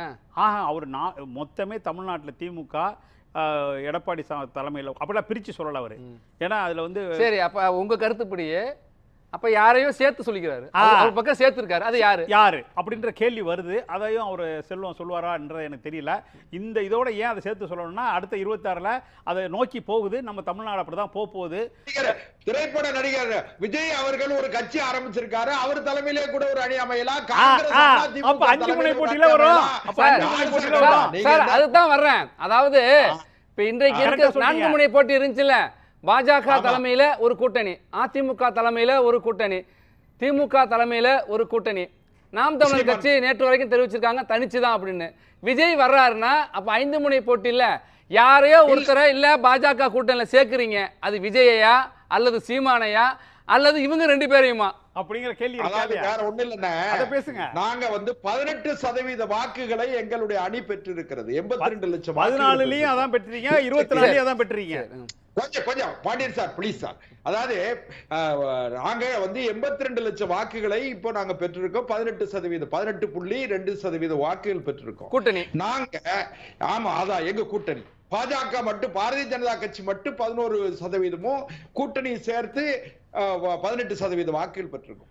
இன்னும் ஒரு 6-7% வாக்குகள் கிடைக்குமானால் நாங்க 2026ல நாங்க ஆட்சி அதிகாரத்தை தீர்மானிக்கிற இடத்துல எங்க அணி இருக்கும் சார். இது அதெல்லாம் சரிதான் சார், உங்க நம்பிக்கை சார், எல்லா கட்சியோட நம்பிக்கை. பாண்டியன் சார் என்ன சொல்ல வர்றாருன்னா 5 முனை இருக்கிற இடத்துல ஒரு கட்சியை எந்த கட்சியை நீங்க சேர்க்க போறீங்க அப்படின்னு சொல்றாரு. அதிமுக கூட்டணியிலே பாஜக போப்புதா அல்லது வேற இன்னொரு அணி இருக்குல்ல, அவங்கள உங்க அணியில சேர்க்க போறீங்களா அப்படிங்கிற கேக்குறாரு. நாளைய யுத்தகலத்திற்கு வியூகம் எப்படி அமைப்போங்கிறது இன்னைக்கே பேசினா அது நியாயம் கிடையாது சார். சொல்லிட்டீங்க சார், 4 முனை போட்டின்னு சொல்லிட்டீங்க. சரி, அது யாரு? சரி, தொடருங்க. அதனால சரி 7% வாக்குகளை தரக்கூடிய அளவிற்கு ஒரு கட்சியோட கூட்டணி அமைப்பு. சரி, அதனால ஒன்றிய பிஜேபி 7% இன்றைக்கு நாம் தமிழர் உறுதிப்படுத்திருக்காங்க, மாநில கட்சி அங்கீகாரத்தை பெற்றிருக்காங்க. அப்ப நாம் தமிழர் கட்சின்னு சொல்ல வரீங்களா? குறைந்தபட்சம் 7%, அது ஒரு 10% வாக்குகளை பெறக்கூடிய வலிமை உள்ள ஒரு ஆள் வந்துட்டா எங்களுக்கு வேண்டாம்னா இருக்கு. சரி, நாங்களே ஆட்சி அமைச்சிருவோம். சரி சரி சரி சரி கண்டுட்டு போலான்னு காத்துட்டு இருக்காங்க. நீங்க சொல்லிட்டீங்க அந்த கவர்னர் விஷயத்துல, அதனால அந்த திருப்பி நான் சொல்ல விரும்பல. அப்ப கவர்னர் ஒரு கவர்னர் மாநாட்டுல ஒரு மோடி ஒரு மாதிரியும் அமித்ஷா ஒரு மாதிரியும் பேசி அப்படி ஒரு இருக்கிற பிரச்சனையில் இருக்கும்போது இப்போ கவர்னர் நாளையிலேருந்து பேச ஆரம்பிச்சிருவார். ஏன்னா இவர் இந்த 9 பேர் என்னமோ மாற்றினதில் இவர் பேர் வரல, இவருக்கு பதவி முடியணும், ஆனால் என்ன தெரில, இன்னும் சொல்லலை. அப்போ இவர் போயிட்டு வந்திருக்காரு. வந்தோடனே இவர் அடுத்த சனாதன கருத்தை அள்ளி விடுவார். இன்னும் 2-3 நாளில் அள்ளி விடுவார். விட்டோன்னா நம்ம இதுக்கு எதிர்ப்பு தெரிவித்து இதை பெரிய அளவுக்கு அடுத்து எடுத்துகிட்டு போக வேண்டிய நெருக்கடி நமக்கும் இருக்குது. அதனால் சித்தாந்த அடிப்படையில் இது தொடர்ந்து நடக்க போது, நம்ம ரெடியாக இருக்கோம் அப்படிங்கிறது தான் இந்த வியூகம் சரி அப்படின்னு சொல்ல வரேன். நீங்க குறுக்கிட்டீங்க பேசிட்டு இருக்கிறப்ப. இல்லை, இதில் ஒரே ஒரு கருத்து தான். இவ்வளோ விவாத ஒரு பொருளை உண்டாக்கிட்டாங்க. அப்போ அண்ணன் செல்வன் இவ்வளோத்தையும் சொன்னார். ஆனால் ஒரு விஷயத்தை அவங்க சொல்ல, இந்த நாடாளுமன்றத்தில் தான் சொன்னாங்க, மக்களே எழுதி வைத்துக் கொள்ளுங்கள், இந்த முறை நான் சும்மா வாயிலெல்லாம் வார்த்தை விட்டுட்டு போகிறவன் இல்லைன்னா நான் சொல்கிறதான் நான் வார்த்தை அப்படின்னு சொல்லி இவருடைய பாஜகவுடைய மாநில தலைவர் தான் சொன்னார். 20 சீட்டு கூட வராது, திராவிட muன்னேற்ற கழகம் எழுதி வச்சுக்கொள்ளுங்கன்னு சொன்னாரு. அப்ப நான் ஒரு கேள்வி கேட்கிறேன், இவ்வளவு பெரிய நேரம் விவாத பொருளாக்குறீங்க, அவர் 6%, 7%, 8% அண்ணன் சீமானண்ண கூட்டணி இல்ல சீமானண்ணன் கூட்டணி கூப்பிட்டாரு. இப்படி ஒவ்வொரு இடத்துலயும் கருத்தே இல்லாம தானே போயிட்டு இருக்கு. நான் என்ன கேட்கிறேன், நேரடியா நாங்க இந்த 2011 இவ்வளவு இடத்த பெற்றிருக்கிறோம். இந்த என் மக்கள் யாத்திரைக்கு பின்னாடி எங்களுடைய வாக்கு சதவீதம் இவ்வளவு உயர்ந்திருக்கிறது. இல்ல ஒரு இருங்க, மாநகராட்சியில இவ்வளவு இடம் நடந்திருக்கு, இத்தனை எம்எல்ஏக்களை பெற்றும் நாங்க எவ்வளவு டிஃபரன்சியேஷன்ல இருக்கிறீங்க. நீங்க உங்கள்ட்ட மாநகராட்சி கவுன்சிலர் எத்தனை பேர் இருக்காங்க 2011க்கும்? நீங்க அதை ஏற்கனவே குறிப்பிட்டீங்க. இப்ப 2024 மக்களவை பொது தேர்தலில் 7 தொகுதிகளில் நாங்கள் 2ஆம் இடம் பெற்றிருக்கோம், பல தொகுதிகளில் 3ஆம் இடத்தை பெற்றிருக்கோம். முன்பை விட வாக்கு வங்கி உயர்ந்து நாங்கள் ஒரு தவிர்க்க முடியாத மூன்றாவது பெரும் சக்தியாக வந்திருக்கோம்னு பிரதமரே சொல்றாரு. இல்லைங்க, பிரதமரே நான் சொல்றதே புரியுது இல்லையா? எல்லாருமே தான் சொல்றாங்க. ஆனா வாக்கு சதவீதத்தை அடிப்படையில் வச்சு நீங்க பேசணும்ல. உங்கள்கிட்ட எவ்வளவு, அதை நீங்க ஒரு விஷயத்தை நாங்க வெற்றி பெற்றிருக்கோம் இப்ப காங்கிரஸ் சொல்லணும் அப்படின்னா அதுக்கு நான் வாக்கு சதவீதத்தை வச்சு தானே சொல்ல முடியும். 40 இடங்களை நாங்க கூட்டணியில வெற்றி பெற்றிருக்கிறோம். இதுல உங்களுக்கு மாற்று கருத்து இருக்கா? இல்ல இல்ல. அதே மாதிரி அவங்கள வச்சிருக்க கூட்டணியில ஒரு இடத்து கூட பெற முடியல, அதுல மாற்று கருத்து இருக்கா? வாக்கு சதவீதத்தை சொல்றாங்க. நீங்க நான் சொல்ல வர்றது சார், மக்களாட்சியின் அடிப்படையில வெற்றி வாக்குடைய சதவீதம் என்று பார்க்கின்ற பொழுது எங்களுக்கு உயர்ந்திருக்கு. நான் ஒரே ஒரு கான்செப்ட் போட்டு சொல்றேன். கிட்டத்தட்ட கோவையில 100 வார்டுல 86 வார்டு டெபாசிட் அவுட், நாகர்கோயில்ல 48 வார்டுல 28 வார்டு டெபாசிட் அவுட். இதுக்கு என்ன சொல்லுவீங்க? நீங்க ஓட் பெர்சன்டேஜ் பத்தி பேசுறீங்கல்ல, இப்ப நடந்ததா சொல்றேன். இத்தனை இடத்துல டெபாசிட் அவுட் இருக்கீங்கல்ல டாக்டர் சொல்லுங்க. யதார்த்த உண்மை புரியுங்க. நம்ம அரசியல் பேசுறத விட முன்பை விட பாஜக தமிழ்நாட்டில் வளர்ந்துருக்கு. அது பாஜக பிடிக்குதோ பிடிக்கலைங்கிறது ரெண்டாவது விஷயம். முன்பை விட பாஜக வளர்ந்துருக்கிறது, வாக்குகளை பெற்றிருக்கிறது. Number 1 point. நம்பர் 26ல் 4 கூட்டணி வருமா 5 கூட்டணி வருமானதெல்லாம் ப்ரிடிக்ட் பண்ண முடியாது.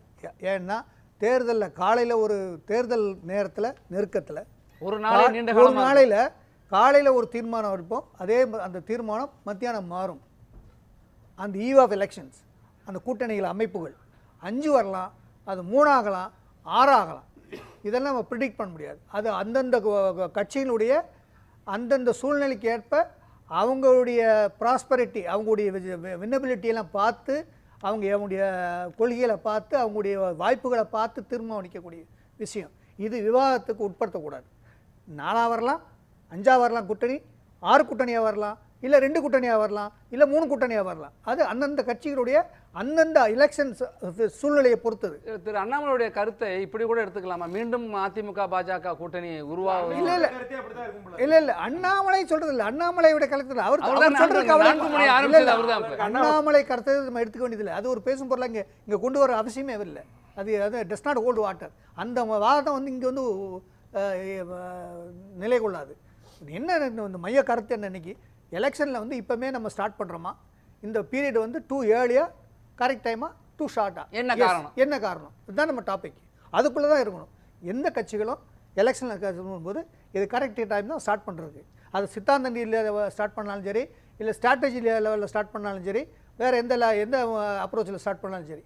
இனி எலெக்ஷன் ஃபாஸ்ட் அப்ரோச்சிங்கனால இப்போ எலெக்ஷனில் எல்லா கட்சிகளும் தங்களுடைய தேர்தல் பணிகளை ஆயத்த பணிகளை தொடங்குவது சாத்தியம்தான், சால சிறந்ததுதான், இயல்பானதான் சொல்லுவாங்க. மீண்டும் ரெண்டாவது சொன்ன கருத்தை முழுக்க நான் ஒத்துக்கிறேன் சார். ஸ்ரீதர் சார் சொன்னதால் எனக்கு எந்த முரண்பாடும் கிடையாது. ஆனால் முதல் இதில் 2014 ஜெயலலிதா இருந்தப்போ இதே பிஜேபி 18%, 2024 முதல்வர் ஸ்டாலின் இருக்கும்போது அதே 18%. வளரவே கிடையாது சார். இன்னும் எல்லாம் தலைப்புலேயே யாருமே பேசல. இப்போ திடீர்னு என் கருத்து நீங்க தலைப்புக்குள்ள வாங்க. நான் ஏற்கனவே தலைப்பில் சொன்னதெல்லாம் சொல்லிட்டேனே. அதாவது தேர்தலுக்கும் இதுக்கும் எங்களுடைய ஒருங்கிணைப்பு குழுக்கும் சம்மந்தம் கிடையாது. நாங்கள் எங்களுடைய கட்சியை பலப்படுத்தக்கூடிய வேலையில் எங்கள் நிர்வாகிகளுடைய சிக்கல்களை கலந்து ஆலோசித்து எப்படி இன்னும் இயக்க கொள்கைகளை மக்கள்கிட்ட கொண்டு போகிறதுக்காக அமைக்கப்பட்ட குழு. ஆனால் சார் சொன்ன மாதிரி எல்லாத்துக்கும் தயாராகவே இருக்கக்கூடிய இயக்கம் தான் திராவிட முன்னேற்ற கழகம். இன்றைக்கி நவீன அரசியல் டைனாமிக்ஸுக்கு தயாராகவே இருக்கிறோம். அதனால் இவ்வளோ சீக்கிரம் தேர்தல் முன்னாடி வந்துச்சு, இல்லை நாங்கள் முன்னாடி கொண்டு வரோமா கூட்டணியா அப்படின்லாம் யூகித்து கொள்ள வேண்டிய அவசியம் கிடையாது. எங்களை பொறுத்தவரையில் நாங்கள் ஆட்சியில் இருக்கிறோம். ஆட்சியில் இருக்கும்போது கட்சியில் கவனத்தை செலுத்தணும். அந்த கவனம் சரியாக இருக்கணும். அது கடைக்கோடி தொண்டர்கள் வரையில் கொள்கைகள் போய் சேரணும். அவர்கள் நிர்வாக ரீதியாக இருக்கக்கூடிய சிக்கல்களை சரி செய்து ஒரு நல்ல அட்மாஸ்பியர் இயக்கம் வளருவதற்கு. ஏன்னா திமுகன்றது ஒரு குடும்பம். அந்த குடும்பத்தில் எந்த சிக்கல்களும் இல்லாமல் ஒரு நல்ல இயக்கமாக இருக்கணுன்றதுக்காக எடுக்கப்பட்ட அந்த அமைப்பு தான் இந்த ஒருங்கிணைப்பு குழு. அதில் எங்கள் இளைஞரணி செயலாளர் இருக்கிறாரு, மூத்த நிர்வாகிகள் இருக்காங்க. எல்லாரும் கூப்பிட்டு பேசிகிட்டு இருக்காங்க எப்படி இன்னும் இயக்கத்தை பலப்படுத்தலாம். இப்போ இன்டர்வியூஸ்லாம் 2 அன்னைக்கு நடந்திருக்கு. அதில் பேசப்பட்ட பொருள் எலெக்ஷனை பற்றி யாருமே எதுவுமே பேசலை. அதில் அறிவிப்பு வந்தப்பவே, பொதுச்செயலாளருடைய அறிவிப்பு வந்தப்பவே 2024 குழு அமைக்கப்பட்டது. அப்புறம் 2026 தேர்தலை எதிர்கொள்கிற வகையில் எல்லோருடையும் அதுல ரொம்ப எதிர்கொள்ளும் வகையில் வேற. பட் அதுக்காகவேன்றது கிடையாது.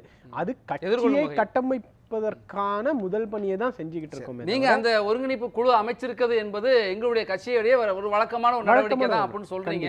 அதையே நாங்கள் முன் வச்சு இன்றைய கேள்வி நேரத்தினுடைய விவாதத்தின் தலைப்பை ஒட்டிய மக்களிடம் ஒரு கருத்தை கேட்பது வழக்கம். அப்படி அதைத்தான் மக்களிடம் கருத்தையும் கேட்டிருக்கிறோம். அபிசுல்லா குறிப்பிட்ட அந்த கருத்தோடு மக்கள் உடன்படுகிறார்கள் என்பதை பார்க்கலாம். 2026 சட்டப்பேரவை தேர்தலுக்காக ஒருங்கிணைப்பு குழுவை திமுக அமைத்து ஆலோசனை நடத்தி வருவது கட்சியை வலுப்படுத்த, வெற்றி வாய்ப்பை அதிகரிக்க, அதிருப்தியை சமாளிக்க கருத்து இல்லை என்று 4 பதில்களை முன்வைத்திருக்கிறோம்.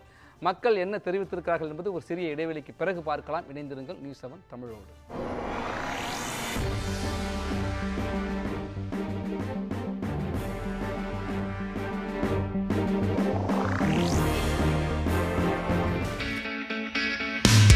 உங்கள் நியூஸ் 7 தமிழின் புதிய பரிணாமம். டிஜிட்டல் யுகத்தில் சமூக வலைதளங்களில் முன்னணி ஊடகமாக முத்திரை பதித்துக் கொண்டிருக்கும் உங்கள் news 7 Tamil YouTube, Facebook, Instagram, ShareChat, X போன்ற தளங்களை தொடர்ந்து தனித்துவத்துடன் செய்திகளை விரைவாக வழங்க வாட்ஸ்அப் சேனலாக உங்கள் உள்ளங்கையில் உண்மை செய்திகளை உடனுக்குடன் பெற வாட்ஸ்அப்பில் பின்தொடருங்கள். நாளுக்கு நாள் தீவிரமடையும் செய்தி என்ன? திமுகவை பொறுத்த வரைக்கும் அரசுங்கிற பொறுப்புல இருக்கிற போது அவங்க ஆதிவாசி ஒருத்தரை சீஃப் மினிஸ்டர் ஆக்கிட்டாங்க. கருத்தை சொல்வதற்கு உரிமை இருக்கிறது. எந்த கட்சி எந்த கட்சியை வேணாலும் விமர்சிக்கலாம். பேசியது தவறில்லை, ஆனால் உள்நோக்கத்தோடு விமர்சிக்கிறார்கள் சொல்ல வரீங்க. இந்த ஆக்ஷன்ஸ் எல்லாம் நேத்துக்கு அப்புறம் அரசு ஏன் எடுத்திருக்காங்க? 2019 தேர்தலில் இருந்த கட்சிகள்லாம் இன்னைக்கு என்டிஏவில் இல்ல. நம்பிக்கை உருவாக்கணுங்கிறதா எல்லாருடைய கேள்வி. கேள்வி நேரம் தினமும் இரவு 7 மணிக்கு. நேயர்களின் கனிவான கவனத்திற்கு ஒரு நாளின் உதயம் முதல் அஸ்தமனம் வரை அனைத்து நிகழ்வுகளையும் குறுஞ்செய்திகளாக, வீட்டு வாசல் முதல் விண்மின் மண்டலம் வரை அலசும் அரிய செய்திகள், 24 மணி நேரத்தின் முக்கிய உலக நிகழ்வுகள் அனைத்தும் 100 செய்திகளாக 30 நிமிடத்தில், விளம்பர இடைவெளியின்றி விறுவிறுப்பான விரைவு செய்திகள், நான்-ஸ்டாப் 100 தினமும் காலை 8 மணிக்கு. உள்ளூர் கோயில்கள் முதல் உலக பிரசித்தி பெற்ற கோயில்கள் வரை சிறப்பு வழிபாடுகள், பிரசித்தி பெற்ற திருவிழாக்கள் சிறப்பு நேரலையில், பல்வேறு கோவில்களில் நடைபெறும் அனைத்து நிகழ்ச்சியும் தொகுப்பாக ஆன்மீக செய்திகள் என அனைத்தும் உங்கள் உள்ளங்கையில். நியூஸ் 7 தமிழ் பக்தி ஆன்மீக பயணத்தின் டிஜிட்டல் முகவரி. உடல் நலம் குறித்த சந்தேகமா?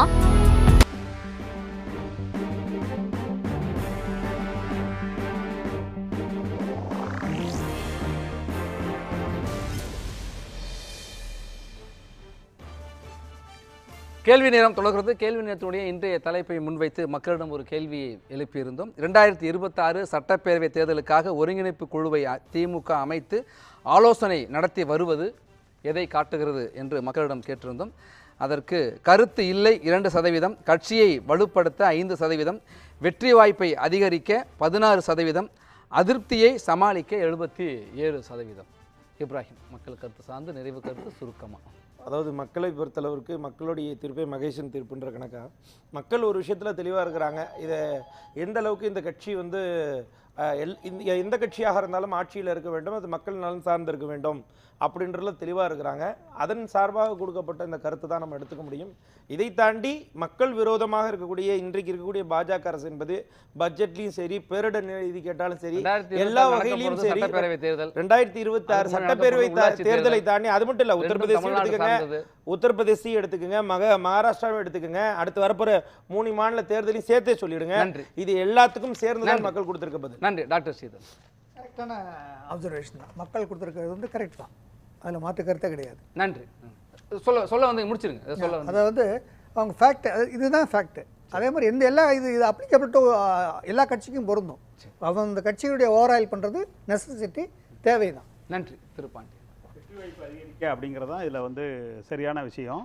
மக்கள் பிஜேபியோட இன்னும் இந்த இடத்துல அதோட சேர்த்து பார்ப்பாங்க அப்படிங்கிறது அது தேர்தல் வரும்போது தெரியுங்கிறதா என்னுடைய கருத்து. திரு செல்வம், அதாவது எப்பவுமே திமுக கடைசியில நண்பர் ரவிசில்லாவை கடைசியில வச்சுக்கிட்டீங்க. ஆனா என்ன கேட்டீங்கன்னா இதுல அவர் பேசுனதுக்கு அப்புறம் நீங்க கருத்து இருந்தா சொல்லுங்க, ஒன்றும் பிரச்சனை இல்லை. இது வேற ஒண்ணும் இல்ல. அதாவது திமுக உடைய உள்கட்சியில மிகப்பெரிய அதிருப்தி இருக்கிறது என்பதை இந்த மக்கள் வாக்களிப்பின் மூலமாக அந்த இணையதள வாக்களிப்புல தெளிவுபடுத்திருக்காங்க. திமுக கடுமையான அதிருப்தி இருக்கிறது. அதை சமாளிப்பதற்காக அந்த ஒருங்கிணைப்பு குழு போட்டிருக்காங்க. ஒண்ணு. அதுல அடுத்த தலைவராக மரியாதைக்குரிய உதயநிதி ஸ்டாலின் அவர்களை வெகு விரைவில் துணை முதலமைச்சராக நன்றி துணை நேரம் இல்ல முடிக்க போறார்கள். கட்சி விவகாரம் தான், அது பற்றி ஒண்ணு இல்ல. 2026 தேர்தலில் பாரதிய ஜனதா கட்சியினுடைய வெற்றியை பார்த்து திமுக இப்பொழுதே பயப்படுகிறது என்று என்னோட கருத்து. நன்றி இல்ல இதுக்கு வச்சதுக்கு பதிலா 26ல பாஜக ஆட்சிக்கு வருமான்னு ஒரு தலைப்பு வச்சிருந்தீங்கன்னு வச்சுக்கோங்க, அதோட பதில் எப்படி இருந்திருக்கும்ன்றது செல்வமன்னனுக்கு தெரியும். அப்படி வைங்க, 2026ல அண்ணாமலையா தமிழிசையா இல்ல வேற யாராவதுன்னு வைங்களேன், வேற யாராவதுக்கு தான் அதிகமா மக்கள் ஓட்டு போடுவாங்க. அப்ப அப்படிலாம் விவாதிக்க முடியாது.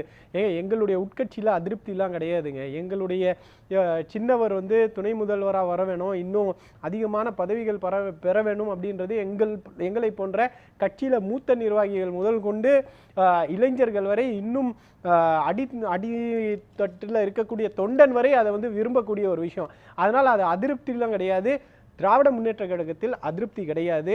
ஸ்ரீதரன் சொன்ன மாதிரி ஒரு இயக்கத்தை ரிஜினுவேட் பண்ணணும், அதை புதுமைப்படுத்தணும், இருக்கக்கூடிய கொள்கைகளை மக்கள் மத்தியில கொண்டு போய் சேர்க்கணுன்றதுக்காக அமைக்கப்பட்டது தானே தவிர அதிருப்தி அதெல்லாம் எதுவுமே உண்மையிலேயே கிடையாது. தலைவரை நம்பிக்கொண்டிருக்கிறார்கள், கட்சி கொள்கைகளை கட்சிக்காரங்க நம்புறாங்க, இளைஞரணி செயலாளரை நம்பிக்கிட்டு இருக்காங்க. அதனால இங்க அதிருப்தின்ற பேச்சுக்கே இடம். நன்றி. செல்வம் சார், நிறைவா நீங்க சொல்றீங்களா? நிறைய பகுதி உங்களுக்கு வாய்ப்பு மீண்டும் வேணாம். நிச்சயமா சொல்றேன். அந்த கட்சியினுடைய மூத்த நிர்வாகிகள் மத்தியிலே மிகப்பெரிய சலசலப்பு இருப்பதாகவும், அதை சரி கட்டுவதற்கு எப்படி சரி கட்டி இளைய தலைவருக்கு அடுத்த ப்ரமோஷன்